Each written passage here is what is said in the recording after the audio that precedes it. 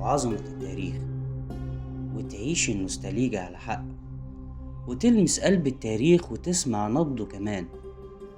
ولما الشاعر العظيم سيد حجاب قال إن اللي بنى مصر كان في الأصل حلواني كان غلطان، ده اللي بنى مصر ألف حلواني وحلواني.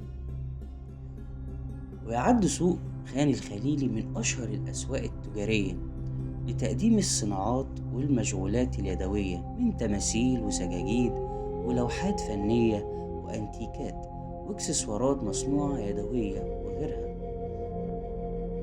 ويجي من 600 سنة كده في عصر المماليك ظهر حلواني منهم وأمر بإنشاء الخان في المنطقة دي، وكان اسمه جهركس الخليلي، وكان مملوك فلسطيني الأصل، لكن صابته عدوى الفن الأصيل اللي موجود أثرها في كل زقاق وشارع من شوارع القاهرة الفاطمية، والخان برضه.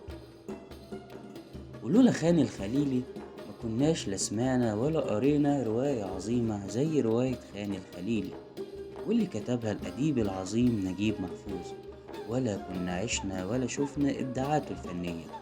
الكل يعرف إنه كإنسان اتربى في المنطقة اتأثر بالجو الفني الأصيل ده.